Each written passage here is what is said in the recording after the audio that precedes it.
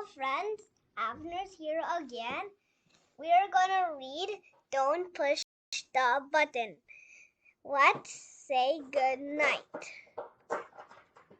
Hi, we're here. It's time for bed, but I am not sleepy. I say we push the button instead. Yawn. Oh no, pushing the button made me super sleepy. Will you help me get ready for bed? Okay, let's take a deep breath in and out. Bedtime, can you pop the bubbles?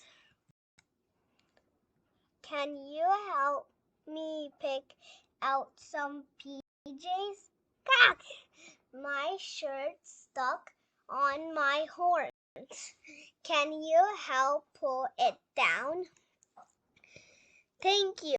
Now we brush our teeth. Can you show me how you brush? Wow, you are a super good brusher. Now we pick a stuffy animal. I am choosing my special bear. Tap who you want to pick. Time to read a story. Hey, you are already doing that. You don't take I am going to bed without a hug, do you? Can you turn the light off? Last thing.